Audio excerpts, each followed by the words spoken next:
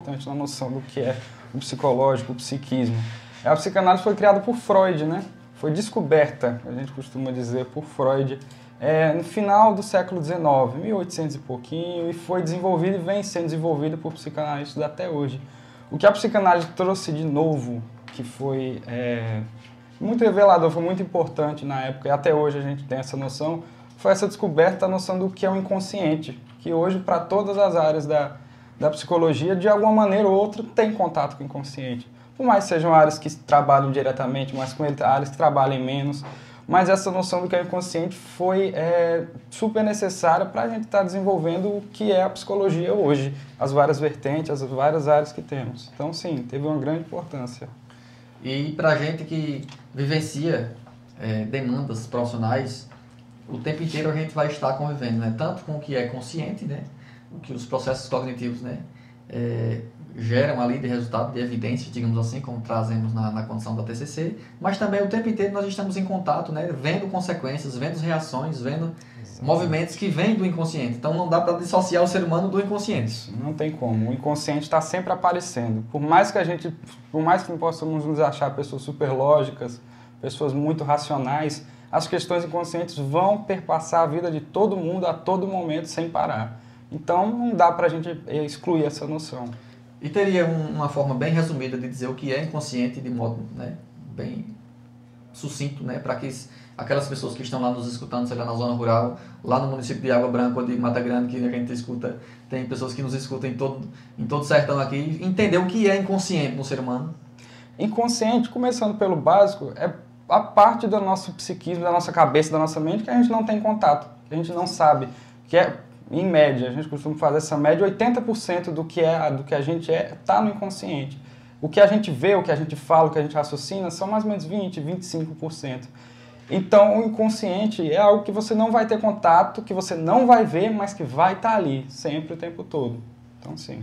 Então, as nossas experiências do dia sempre vai nos remeter a alguma experiência passada que está lá no nosso inconsciente e, por conta disso, a gente vai ter reações momentâneas, né? Geralmente imprevisíveis em algumas situações. Exatamente. E aí, para que as pessoas compreendam de modo mais geral, seria mais ou menos aquele seu armáriozinho que você guarda as suas coisas que você não se lembra, né? Boa, bem pensado. Você nem sabe. Se a nossa mente tivesse uma representatividade, seria assim, aquele armáriozinho das coisas que você não usa diariamente, que ficam lá guardadinhos, lá no seu depósito. Então, sempre que você está lá fuçando em algo que de repente precisa, você vai encontrar outras coisas que talvez nem lembrava que estavam lá. Você fala, olha, eu nem mas sabia que de repente aqui. é útil, outras vezes lhe traz grandes lembranças, né, grandes memórias, e isso é fundamental para a gente conseguir se situar e compreender nosso processo de evolução, nossa construção enquanto ser humano. Então, o inconsciente, ele é muito maior do que o que você de fato vê e do que você mostra para quem está na sua família, na sua comunidade. Então, só para vocês compreenderem aí um pouquinho. E aí, quando a gente traz a questão do narcisismo, Luca, qual seria, né, uma forma bem prática da gente compreender esse processo do narcisismo? Como vem esse conceito de narcisista? Eu acho bom, primeiro, diferenciar o que é uma neurose narcísica, Sim. que é como a psicanálise enxerga o narcisismo, Sim. e do que é um transtorno de personalidade narcisista. São coisas que são parecidas em algum modo, mas são diferentes. Quando a gente fala do transtorno de personalidade, a gente está falando de um transtorno psiquiátrico. Sim. Que é tratado com medicamentos, que tem no DSM tudo certinho do que é, de como identificar, de como dizer se a pessoa tem esse transtorno. Só que quando a gente fala de neurose narcísica, não quer dizer necessariamente que a pessoa vai ser aquela pessoa que tem esse transtorno. Sim. Ela pode ter características, como o Diógenes falou, de características narcísicas, que em alguns aspectos ela pratica, que aqui ela é um pouco mais narcisista do que ali, mas a principal diferença está aí, em entender que na psicanálise é um pouco diferente da psiquiatria nesse sentido. Não é só porque você tem uma neurose narcísica que você vai ter um transtorno de personalidade narcísico. E vai se enquadrar, no caso, né, não seria numa condição extrema de rigidez, né, Isso, de personalidade. exatamente. Quando a gente visualiza o modo do transtorno de personalidade, é sempre algo que raramente vai ter mudança porque se trata de um contexto, né, muito rígido, Exato. né, de um transtorno realmente, E onde a isso gente vai... nem trabalha, né, a condição de cura, a gente não trabalha a condição de cura, a gente trabalha, né, uma forma de treinamento para amenizar essa rigidez. Exato. Já na neurose é muito mais fácil da gente conseguir, né, Isso. ajustes. Dentro da análise, sim. Quando fala dessa rigidez, é exatamente isso. Quando a gente fala de transtorno de personalidade narcísica. Por exemplo, é muito mais difícil a gente encontrar pessoas que têm um transtorno de personalidade narcísica que alguém que tem uma neurose narcísica. Entende? Então, acho que nesse sentido é muito importante frisar essa diferença, essa rigidez de cada uma. E o nome narcisismo vem de onde? Narcisismo, eu adoro, foi um dos motivos de eu ter gostado muito da psicanálise, eu adoro mitologia grega, histórias de mitologia grega, e o narcisismo vem da história de Narciso, que ele, para resumir, ele morreu afogado no lago ao ver o próprio reflexo, ele ficou apaixonado por ele mesmo, ele se centrou apenas nele mesmo, ou seja, ele era o centro de tudo naquele momento, ele era tudo para ele, ninguém estava ao redor dele, ele não via ninguém, só ele. Então vem disso aí. Então, uma condição exagerada, né, da autoimagem, da autopromoção, enfim, tudo que envolver a condição exagerada do eu, né, traz e aí possivelmente traz questões narcísicas. Umas questões narcísicas. Exatamente, então, isso mesmo. É possível que muitas pessoas que estejam aí nos ouvindo e nos assistindo, né, conheçam algumas pessoas que tenham aí características narcísicas, né, que se sentem muito mais potentes do que o outro, que se sentem muito mais bonitos do que o outro, se sentem muito mais certos do que o outro. E aí, como consequência disso, sempre gera, né, conflitos, sempre tem muitas dificuldades com relação aos relacionamentos, aos processos profissionais e, naturalmente, isso gera desconforto, né, para quem tem o próprio, né, sintoma, por exemplo, para quem está perto também. Isso. Né, que é uma dificuldade muito grande que a gente enfrenta. Então, existem mulheres também narcisistas ou só homens que têm essa característica com mais frequência? Sim, existe. Quando a gente fala de neurose narcísica, existe sim. Inclusive, acho que muitas pessoas podem até se relacionar e viram, é muito comum mães narcísicas. É o mais clássico que a gente vê, que acabam fazendo com que o filho se gire em torno dela e o amor dela acaba não se tornando incondicional, é condicional. Você só vai ter se fizer o que eu gosto, se fizer o que eu penso sobre mim. Então, sim, é muito comum terem mulheres narcísicas, sim. Embora já no transtorno de personalidade, em si, a gente vê muito mais uma tendência masculina, né, do que feminina. Mas quando a gente fala de neurose narcísica, sim, é tanto quanto homens. Então, a gente poderia deduzir, né, que a neurose narcísica também poderia ser aprendida, possa ser aprendida dentro dessa lógica. Sendo uma mãe narcísica, é provável que esse filho possa aprender algumas características? Sim, totalmente. Tanto pode ser que esse filho vai aprender as características da neurose narcísica, aprender, entre aspas, mas vai se apropriar, né? Repetir, digamos assim. Isso, repetir, ótimo, replicar. Quanto pode ser totalmente o contrário. Ele vai ser uma pessoa que se vê toda vez dependente da aprovação alheia. Então, a aprovação alheia é a da mãe. Então, depende muito, mas sim, o narcisismo pode ser apropriado, sim, com certeza. E aí, no caso, se a gente puder trazer um breve exemplo dessa situação contrária, desse filho que tem essa mãe com características narcísicas, ele vai ser um ser humano que tem uma condição inferior muito exacerbada, né? Tipo, um complexo de inferioridade muito grande. E o narcisista também tem um complexo de inferioridade muito grande, uma autoconfiança muito diminuída. Sim. Só que diferente desse outro que a gente chama de obsessivo, ou um tipo de neurose diferente. Sim. O narcisismo lida diferente. Ele lida querendo ir atrás, mas porque ele sabe o que falta. Já esse filho que vai ter uma sensação, autoestima muito diminuída pela mãe narcísica, ele também vai ter isso, só que ele vai atrás querendo a aprovação do outro. O narcisista não quer a aprovação do outro, de jeito nenhum.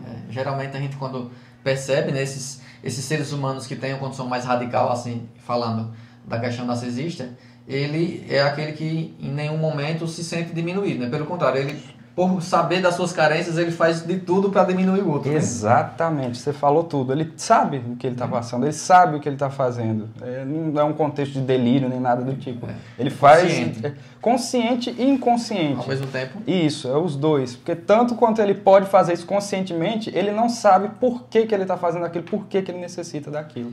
Mas sim, é um processo que leva várias áreas para pensar junto também. Então vamos tentar descrever aqui algumas características comportamentais de um ser humano que tem essa neurose narcísica, para que os nossos ouvintes compreendam quais são os pontos mais importantes de se identificar isso em alguém, né? Que pode ser que seja um familiar dele, um esposo, um filho, um irmão, um tio, enfim, né? Vamos tentar descrever alguns comportamentos característicos que tem lá nessa neurose narcísica, por exemplo. Vamos começar pela mãe, como você citou. Como seria uma mãe, né, com essa neurose narcísica? Vamos. Uma mãe com uma neurose narcísica, primeiro o que a gente nota é uma mãe que está sempre pedindo algo dos filhos. Que seja um carinho. Sabe aquela mãe que fica, mas vocês não me amam, vocês não me fazem do jeito que eu gosto, vocês fazem tudo que o contrário que eu faço. Por mais que a gente se esforce, a gente fala de maneira geral, como o filho se esforça, ela vai continuar falando isso, essa mãe reclamona assim. Isso é um exemplo de uma parte da neurose narcísica. Ela nunca está satisfeita. Não. Por mais que esse filho seja presente, seja atencioso, seja prestativo, né, seja dedicado, esta mãe sempre vai, é como se fosse uma chantagem emocional, você não me ajuda, você não faz nada direito, você não me ama. Não é como se fosse, não, é exatamente uma chantagem emocional. É exatamente isso. Isso é uma questão que é muito comum nas mães. Mas a gente está falando mãe, pais também repetem isso, tá? Então, os pais também fazem esse tipo de comportamento. Sim, fazem. E aí, nesse contexto, Luca, a gente poderia pensar que esse comportamento seria exatamente uma condição de carência que ela tenha? Totalmente. A neurose narcísica vem da falta. Parece quando a gente vê um neurótico, é uma pessoa um narcísico, desculpa. Sim. Quando a gente vê um narcísico, é uma pessoa super confiante, uma pessoa que está por cima de tudo, que está sempre certa, que sabe sempre argumentar e falar muito bem do porquê que ele está certo.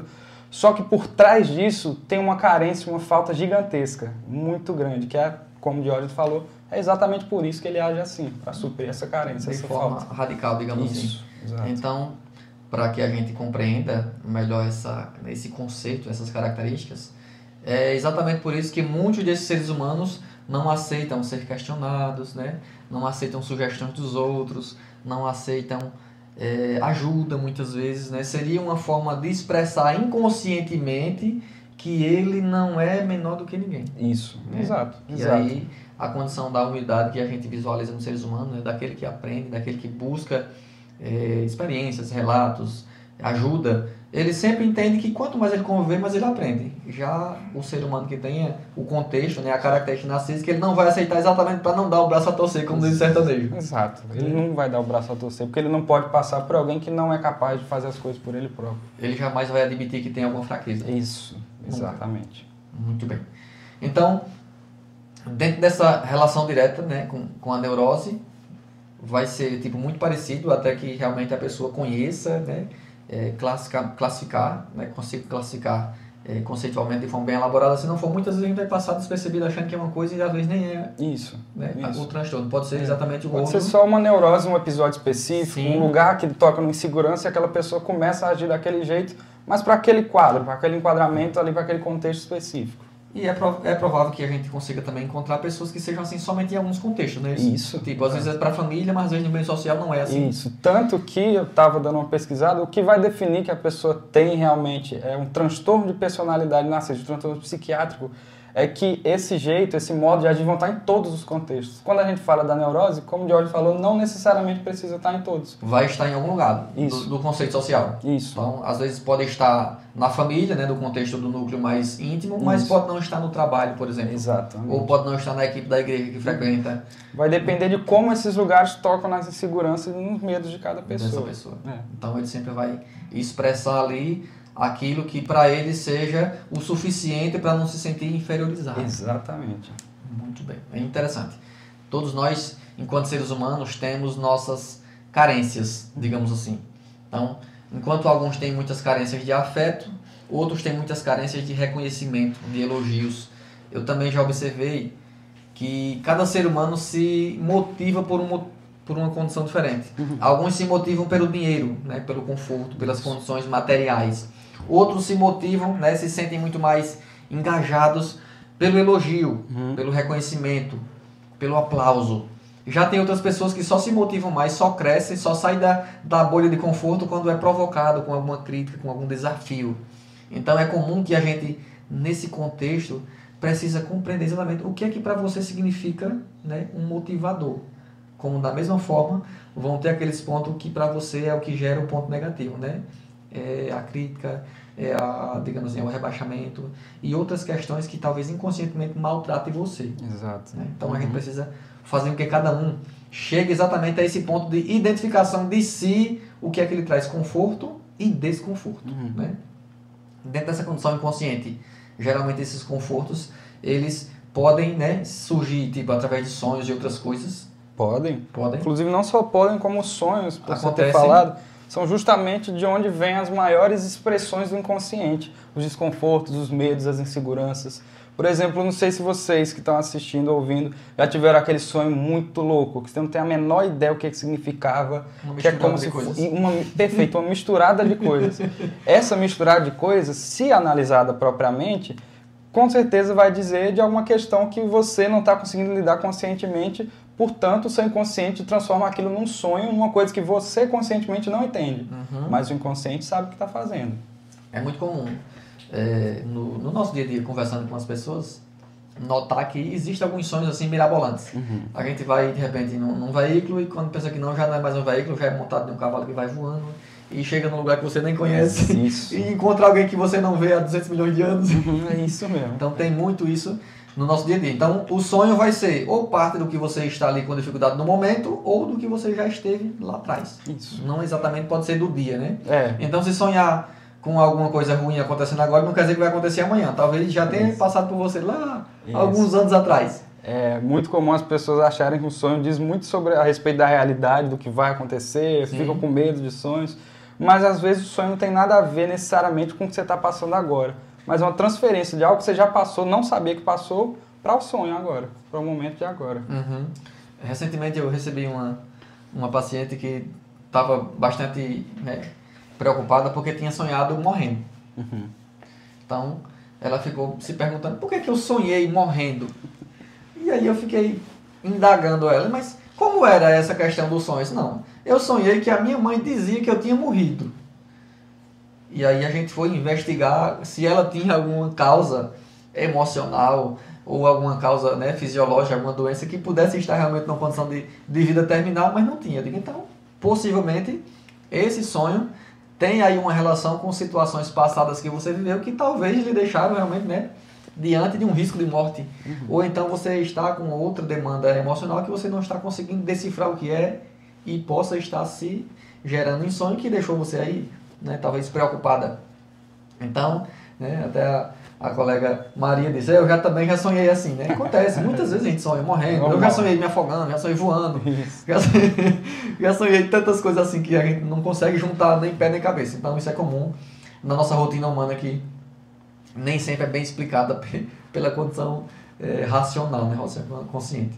Então, comente um pouquinho sobre esses processos, né, dessas fases que nós enquanto ser humano temos, né, que é chamado os estágios de vida dentro da psicanálise, né, que a gente consegue visualizar alguns pontos bem marcantes, né, do que Freud conceituava no seu estudo sobre as fases do ser humano. O Freud desenvolveu uma noção do desenvolvimento humano, chamando de estágios do desenvolvimento psicossexual. E eles são, por ordem, fase oral, fase anal, fase fálica, latência e fase genital, que é a última que todos nós estamos agora, é a fase genital. Quando a gente fala de narcisismo, a gente vê um desenvolvimento dele principalmente no início, na fase oral, que é a partir do 1 ano e meio aos 3, se eu não me engano, aos 2,5, eu acho. Quando a gente vê que a fase oral é justamente quando a criança está querendo colocar tudo na boca, que ele quer conhecer o mundo através da oralidade, então ele está sempre introjetando tudo. E é nessa fase que a criança começa a introjetar as coisas que vêm de fora, sejam comportamentos, sejam atitudes, sejam medos, sejam inseguranças. E o narcisismo é muito comum começar a ser desenvolvido, a neurose narcísica, nessa fase.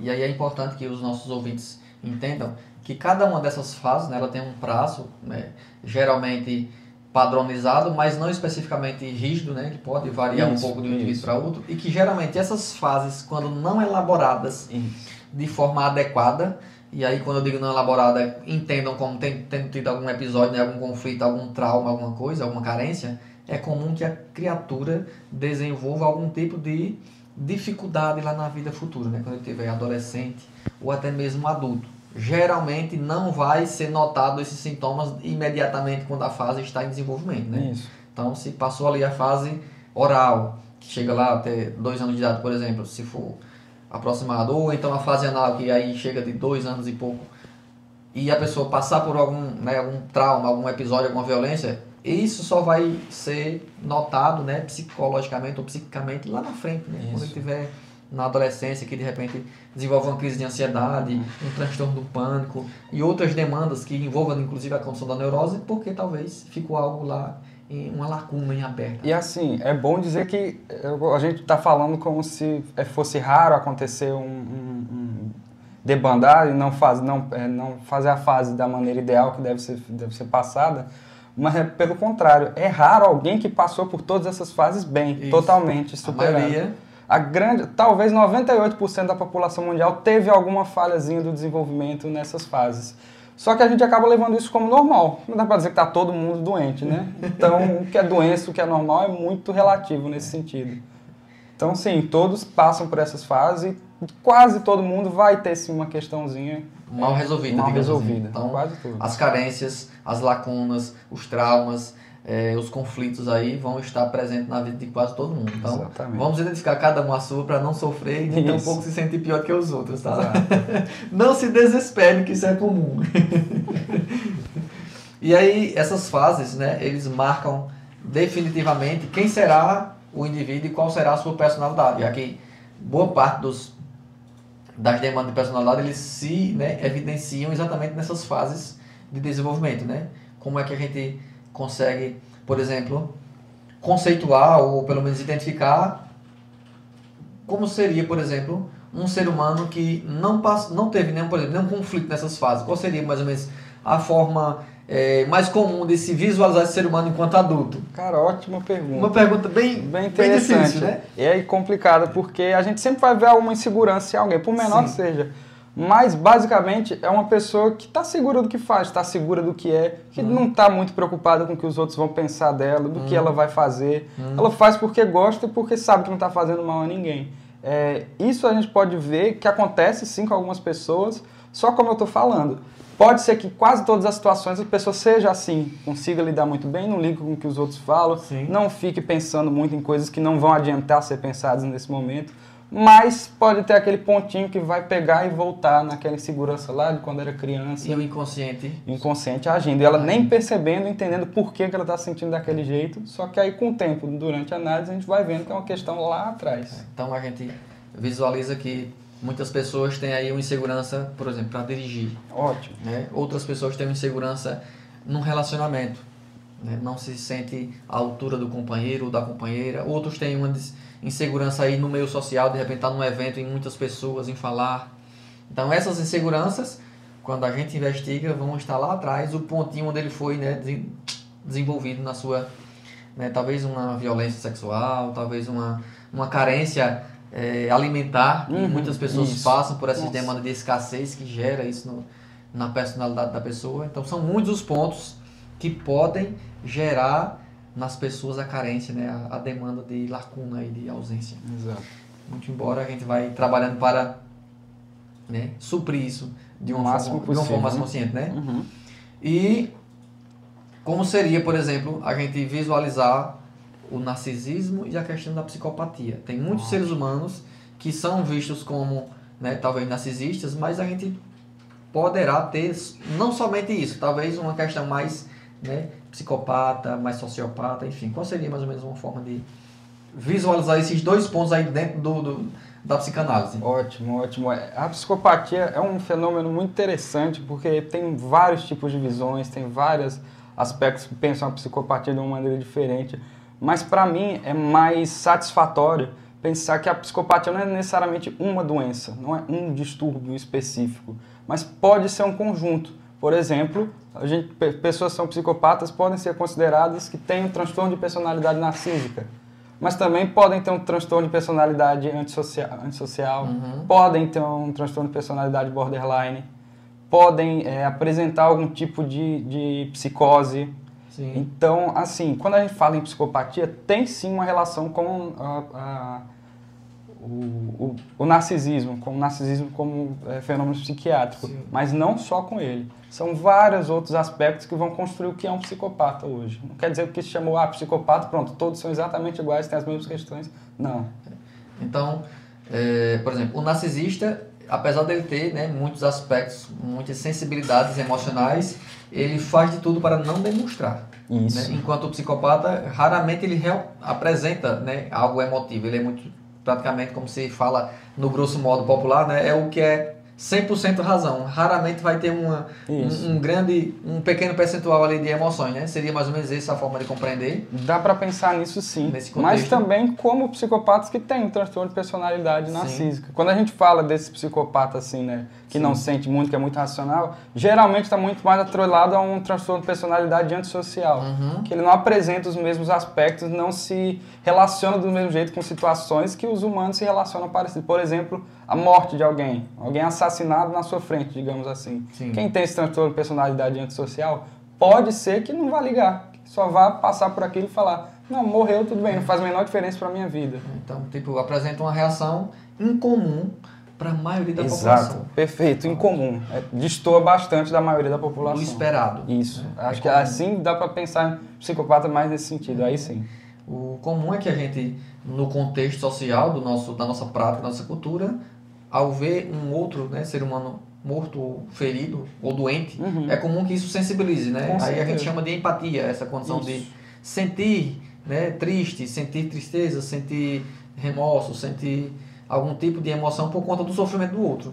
Já quem tem esse transtorno aí da condição psicopata, né, do sociopata, ele não vai expressar nenhum tipo de pena de ninguém, remorso, não vai. Raramente. E se expressa porque provavelmente tem algo a ganhar com isso, ele sabe muito bem. Então, é sempre o indivíduo que sabe o que fazer para se sentir aceito, digamos assim. Muito bem. Então, nós enquanto seres humanos, né, diante desses desafios de quem tem talvez essa neurose, qual seria, por exemplo, a dica? Imagina aquele filho lá que tem essa mãe que é tido como uma mãe carrasco, Certo. que está lá no seu dia a dia, né, muito dura, muito incisiva, muito reclamona. Qual seria a dica para que esses filhos consigam, né, lidar com essa mãe e que não sofram, mas que também não gerem para essa mãe uma condição de competição, que se esse indivíduo vier com uma condição que seja parecendo adversário, isso pode gerar mais problemas. Qual seria a dica para esses filhos, por exemplo? Esse caso é um pouco complicado, realmente, porque quando você está numa situação dessa, raramente você percebe que está numa situação assim. Entende muitas vezes como sendo normal. Então, o primeiro passo de todos é você começar a perceber as suas relações sociais. Vamos pegar o exemplo da mãe mesmo. Sim. Começar a entender do porquê que a sua mãe age desse jeito, porquê que age com você desse jeito e como que você se afeta por isso. Sim. Então, o primeiro passo de todos é reconhecer a situação que você está. A partir do reconhecimento, você vai entender as inseguranças que nesse exemplo, as inseguranças que a mãe deixou, os medos que foram criados pela mãe, mas não são seus, são medos de outras pessoas que foram colocados em você, só que você encara como se fossem seus. Então, primeiro a gente tem que perceber, por isso que é importante ouvir as pessoas ao nosso redor, as pessoas se preocupam com a gente, e dar o ouvido mesmo, estar sempre atento ao que está passando ao nosso redor. Muito bem, então, e né, da mesma forma, né, às vezes pode ser esse investido, né, de repente pode ser os pais ou os irmãos que tem aí um outro membro da família, né, talvez um filho, um irmão, que tenha esse perfil, né, e aí é um ponto importante a gente também explorar aqui, a diversidade, né, a multiplicidade, digamos assim, do formato de desenvolvimento que vai ter o ser humano. Imagina um casal que tem lá 10 filhos, cada um vai ter uma tendência particular. Inclusive, alguns podem ser, em algum momento, apresentar algum tipo dessa neurose narcísica que não é nem um pouco estranho a gente visualizar, né? Isso. Irmãos muito diferentes. Enquanto uns são otimistas, outros às vezes são muito pessimistas. Né? E aí as pessoas não conseguem saber de onde vem isso, né? Tipo, nascidos no mesmo lugar, criados do mesmo jeito, enfim. E aí, como seria pensar otimismo e pessimismo dentro da condição psicanalítica? Cara, nesse sentido eu achei interessante você falar que por mais que tenham dois filhos que vão ser criados do mesmo jeito, não, na verdade não tem como se criar duas pessoas diferentes do mesmo jeito, mas com todas as condições muito parecidas, Sim. com o mesmo apoio, com o mesmo carinho, com as mesmas condições financeiras, eles podem se tornar pessoas completamente diferentes e não tem nada que a gente possa dizer hoje por isso. Tem gente que fala que é questão genética, tem gente que fala que é questão psíquica, tem gente que fala que é algum trauma de infância. Só que essas coisas, por cada pessoa, são experienciadas e percebidas de maneira diferente. Então não dá para dizer como vai ser. Mas quando você fala em otimismo, pessimismo, isso também vai ser nesse sentido. Não dá para dizer por que uma pessoa é mais otimista. Igual, você já deve ter visto muita gente, eu já encontrei pessoas que passaram por um inferno assim na vida, algo de uma infância, e são pessoas muito para cima, pessoas muito alegres, pessoas otimistas, assim como pessoas que tiveram tudo que era possível ter, amor, carinho, o dinheiro necessário para ser criado. Sim. E são pessoas amarguradas, que têm um pessimismo muito mais impregnado assim, e não se entende por quê. Mas é porque cada um vai experienciar esses possíveis traumas, possíveis questões vindo no passado de um jeito diferente. Um pode lidar muito bem, aconteceu exatamente a mesma coisa, o outro já não, lida muito mal. Então vai depender muito da pessoa. Algo muito particular, né? Isso, e particular e difícil de ser percebido. Isso é uma das questões que mais intriga a gente, assim. E aí as condições de desenvolvimento que cada um, né, tem, isso também interfere, tá? Por exemplo, nas próprias experiências, né? Cada um, além de interpretar diferente, vai também externalizar diferente. Isso. Aquilo que pode ser traumático para um irmão pode não ser para outro. Isso. Né? Eu já vi, inclusive, alguns relatos de irmãos que estavam no mesmo veículo, que se acidentaram e um ficou traumatizado e o outro não. Né? Isso é tão interessante que a gente consegue perceber essas minúcias da condição de resiliência emocional, digamos assim, né?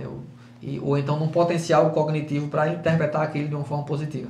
Ótimo. Então, é importante que cada um perceba, né, o que lhe incomoda, que é fundamental, assim como também saiba o que buscar para amenizar. Não adianta ficar esperando que vai cair do céu como chuva, que não vai. Por isso que eu falei, a percepção é só o primeiro passo de começar a lidar com isso. Tem que ter muita força de vontade também para passar por essas questões. Geralmente no trabalho, quando a gente está no nosso ambiente profissional, que convivemos com alguns colegas que têm esse contexto narcisista, tem pessoas que às vezes até mudam, né, de setor ou mudam de algumas funções porque não sabem lidar, né, com essas pessoas que às vezes interferem, menosprezam, humilham, tem aquela condição mesmo de ser meio sádico mesmo, né, de realmente gerar uma condição de fazer o outro sofrer. E tem pessoas que acabam tendo alguns prejuízos, né? Dentro da condição dessa condição de gerar prazer no outro, de satisfação. Como é que vocês fala aí, por favor, um pouquinho pra gente sobre sadismo, a condição de sádica, né? Dentro da psicanálise, que eu acredito que muitas pessoas também vão se identificar ou vão identificar alguém. O sadismo, você pegou num assunto que tem muita coisa que é discutida até hoje. Até hoje. Quando a gente fala em sadismo em si, a palavra sadismo originalmente, como foi pensada, a gente está falando de uma condição de perversão. Sim. O que eu quero dizer com isso? Uma pessoa que é literalmente sádica tem o prazer em ver o sofrimento do outro. Mas esse sofrimento não é, por exemplo, naquele sadismo de jogos sexuais, de machucar um pouquinho. Isso não é o sadismo como uma condição psiquiátrica. Isso é mais de uma experiência que a gente pode falar, olha, eu gostei disso, mas pode parar. Isso não é bem o sadismo. Mas quando a gente fala assim, relacionando isso ao narcisismo, ao sadismo e o narcisismo, o narcisista vai praticar coisas sádicas, vai praticar com que o outro tenha dor, muito mais como uma vingança, muito mais como um modo de falar, eu posso te causar essa dor. Então, você vai sofrer porque eu sou capaz, eu vou te fazer passar por isso. Uma falta de, como você falou, de empatia total. Quem quer causar dor ativamente para alguém, tem claramente alguma questão narcísica nesse contexto também. Que, por exemplo, não é somente uma condição de vingança por uma raiva intensa, né? Isso. Tem a ver mais com uma condição, né, planejada, meticulosa, que envolva, sei lá, uma condição de consequências, não somente por exemplo, frustração ou por uma decepção, que a pessoa tem uma desavença, por exemplo, né? É diferente da gente ver alguém na rua que por conta de um episódio de discussão brigam. Aí é uma condição mais instintiva, né? Isso, impulsiva. Impulsiva, assim, né? A condição sádica, ela envolve mais uma condição, né, de controle, de manipulação. Controle, exato. Isso nesse sentido, sim. Quando a gente fala em uma manipulação, é uma questão sádica. Porque você está manipulando uma pessoa para ter prazer através dessa manipulação. Seja para você ganhar, se a pessoa te dá alguma coisa, ou essa pessoa falar algo que você queira ouvir. Então, é uma questão sádica, sim. Que pode ser, inclusive, com pessoas ou com animais, né? Tem pessoas que têm muito isso de maltratar os animais de uma forma perversa, digamos assim mesmo, né? É bem comum a gente encontrar algumas pessoas que você percebe que ele tem ali uma sensação de saciedade por gerar no outro, né? E às vezes não é nem somente em uma condição de castigo físico, né? Pode ser um constrangimento. Ótimo, né? Constrangimento é até mais comum. Até, pode ser uma condição de menosprezo, de humilhação, né? Isso. Você vê comumente no nosso contexto social algumas pessoas, às vezes até muito bem sucedidas, muito bem estudadas, mas que você vê uma sensação de prazer muito grande nela em humilhar o outro. E muitas vezes elas são bem-sucedidas por isso, porque tem muita facilidade em tomar o que quer para si e realmente não se preocupar em nada com o que o outro vai passar nesse contexto, nessa situação. Então, sempre fica aí o alerta, né? Se você convive com um ser humano que tem aí esse perfil, né? Narcisista, de se achar melhor do que todo mundo, né? De chantagear muito, de reclamar muito, de explorar muito você, né? Que às vezes ele traz a questão de querer explorar o outro para um benefício pessoal. Ou então com esse alguém que maltrata, que humilha, né, que constrange, que faz com que você realmente tenha dificuldades a mais no seu desempenho de funções ou das suas ações, né, propriamente ditas. É importante ter estratégias para lidar com essas pessoas, porque possivelmente elas não vão querer mudar. Não, é raro. Alguém que está no nível muito alto. Quando a gente fala de uma neurose narcísica mais leve, mais específica, mais contextual, dependendo do contexto, sim, a pessoa pode perceber e falar, nossa, eu fiz aquilo só para deixar a outra pessoa mal. Pode vir essa noção, essa empatia, pode aparecer depois. Mas quando a gente fala num contexto mais abrangente, mais próximo aí de um transtorno de personalidade, não é muito difícil. Eu não conheço mudar, né? casos assim que vão ter uma mudança real. E como eu te falei, se essa pessoa quiser mudar, melhorar em algo, vai ser porque tem um ganho claro ali para ela. Não é por pura vontade, assim. Pois é, então são traços comportamentais muito fortes que a gente encontra nessas pessoas, tá? Independente da idade. Mas aí cada coisa vai se elaborando de acordo com as oportunidades que essa pessoa tem. É claro que um adolescente que tem esses traços não vai ter o mesmo nível de, digamos assim, de rigidez e também de controle como uma pessoa que de repente tem, sei lá, 40 anos de idade, né? Ou que tem 40 viveu muito mais coisas e tem geralmente muito mais habilidades.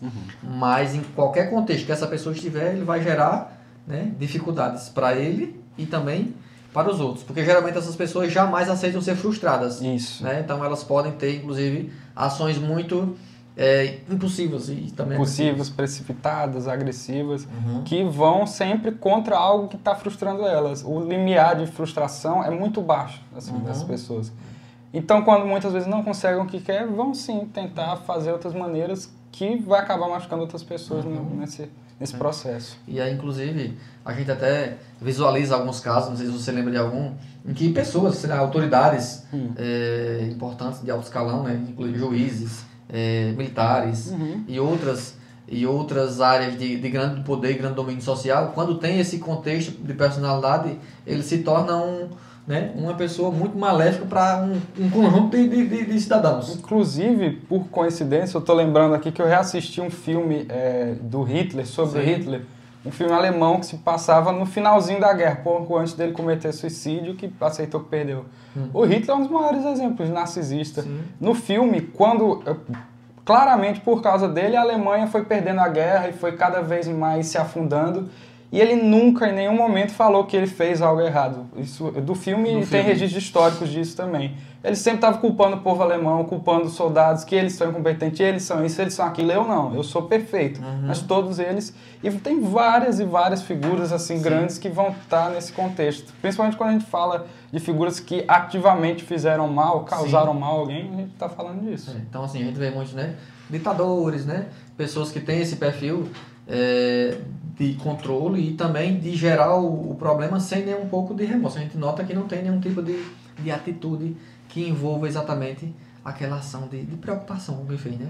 É fundamental a gente ficar atento a isso. Então, quem convive aí com pessoas que têm esse perfil, né? Fica atento, não bata de frente, faça cara de paisagem para dizer que está tudo certo, não é obrigatoriamente você tem que dizer a ele que concorda, mas bater de frente vai ser pior. Com certeza. Nunca tente argumentar muito, nunca tente, eu fiz isso, fiz aquilo, mas você fez isso. Porque ele sempre vai achar algum jeito de te manipular e culpar, jogar para você. Então, é muito mais vantajoso ouvir o que essa pessoa está falando, entender que isso é um problema delas e sair, viver a sua vida normal. Tentar manter ali uma relação que seja amistosa, né? Que não gere uma condição de conflito, nem tão pouco de sensação de que a outra pessoa estará perdendo, né? Faça de conta que ele está ganhando, né? Mas não vai bater de frente, porque isso vai gerar para você uma condição de sofrimento muito grande. E se tiver a oportunidade, sai de perto, que é o melhor. Isso. Agora, e se talvez você não conseguir deixar de lado, ter que estar sempre colocando, Isso. sempre batendo de frente contra a pessoa, então talvez tenha alguma questão com você também.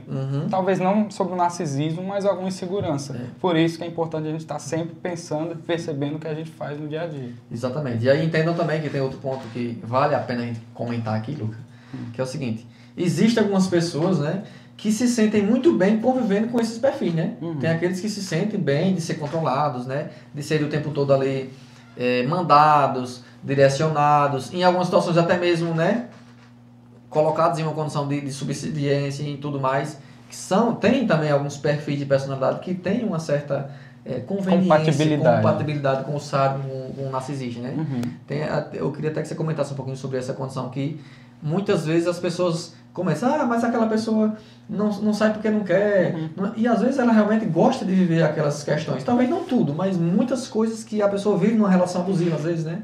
Ou numa condição de hierarquia profissional, e que a pessoa até gosta daquela condição de estar ali servindo, de ser sempre a condição de ser mandado, enfim. Como é que você, né, traz essa necessidade de agradar? Acontece, a gente fala isso num processo de dependência. Sim. Né? Você falou que às vezes as pessoas se sentem bem com isso.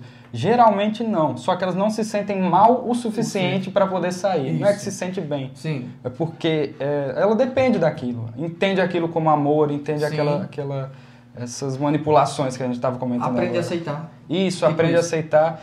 E, sinceramente, se a pessoa estiver aceitando, tendo noção do que está acontecendo, a gente não pode dizer para ela que ela tem que sair disso. Sim. Mas a grande maioria dessas vezes, são situações que causam grande prejuízo para a gente. São estragos devastadores. Isso, os prejuízos à saúde mental de situações que é passadas assim, por mais que a pessoa acabe ficando e tentando lidar, são muito grandes, muito grandes. Você vai ver pessoas que passam por isso com muitas crises ansiosas, crise de pânico, sérios problemas de autoestima, insegurança muito grande em várias situações sociais. Mas é preciso que as pessoas percebam o que está passando para, como a gente falou, depois poder começar a mudar o quadro. Encontrar aí um caminho mais provável de saída, né? Isso. Muito bem.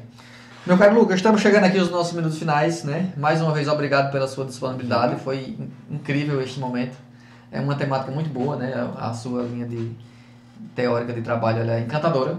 A gente visualiza muitos pontos que tem tudo a ver com o que a gente vive, né? Principalmente nos estágios aí de desenvolvimento que a gente observa, né? Tem muito a ver, explica muito bem essa linha que o Freud estudou, desenvolveu e, enfim, e projetou aí para a psicologia, e a gente tem muito a aprender com isso. Então, muito obrigado, fique à vontade, né? Deixar aí suas palavras finais, suas redes sociais, para quem queira de repente entrar em contato, conversar, atende clinicamente também aqui em Santana, quem quiser marcar um horário, fazer uma análise, enfim, fique à vontade. Eu queria agradecer também por você ter me chamado. Gostei muito. São assuntos que todo mundo gosta de discutir no dia a dia, de conversar sobre. Sim. Então, eu acho que é muito importante a gente poder trazer eles uma perspectiva um pouco mais científica em relação a eles, assim. E para uma palavra final de como lidar com narcisistas, acho que para deixar uma mensagem interessante, é sempre bom entender que essa pessoa faz isso não simplesmente porque é uma pessoa má, que tem uma personalidade do mal. Não, faz por insegurança e por medo. Então, quando a gente vê que alguém está agindo desse jeito, muito mais fazendo a gente pensar, pô, mas ela está tão insegura, está tão medrosa que tem que ficar fazendo essas besteiras assim aí. Isso acaba afetando menos a gente quando a gente olha por esse outro lado. E sim, eu também queria falar que eu atendo aqui em Santana, tenho no consultório, tenho um consultório aqui particular na Moisés Moreira 320. O meu Instagram, para quem quiser me seguir, é Luca, L-U-C-A-M Oliveria. O Oliveira não tinha mais, não dá para usar. Eu tive que colocar Oliveria. É bom lembrar, Luca M. Oliveria. Só seguir lá, qualquer pergunta, qualquer coisa que quiser falar sobre, para marcar um horário para a gente. Vão ser muito bem-vindos. Muito bem, né? Muito obrigado mais uma vez. Obrigado a todos os nossos ouvintes que sempre estão aqui ligadinhos na nossa programação. Rosemary, Janine Kisley, parece que é assim que se pronuncia, né? Tá lá em Olhar das Folhas, um grande abraço a colega psicóloga. E tantas outras que estão aqui com a gente, ligados aqui no nosso Instagram, né? A todos que estão aí nos ouvindo pela 90,7, um grande abraço, um excelente tarde para você. né? A direção é da Flávia Gouveia, a sonoplastia é do Leonardo Dionísio, o comando é a liderança de Givaldo Cariban Júnior, a Rádio Menino FM 90,7, a Rádio do Sagrado Coração de Jesus. Muito bem, feito fazido. Muito, muito bom, cara. Cara, ficou legal mesmo. Tava esperando já. Como eu falei, é assunto que todo mundo tá sempre falando, sempre fala, tem alguém assim, tem alguém daquele jeito. E, pô, é muito legal, cara. As perguntas ficaram muito boas, bem didáticas assim também. Mantém a gente numa linha, né? Isso. Outras vão surgindo aí pelo meio que sim, vão se não tem como evitar, né? Deixa eu só fazer aqui uma foto aqui. Vamos.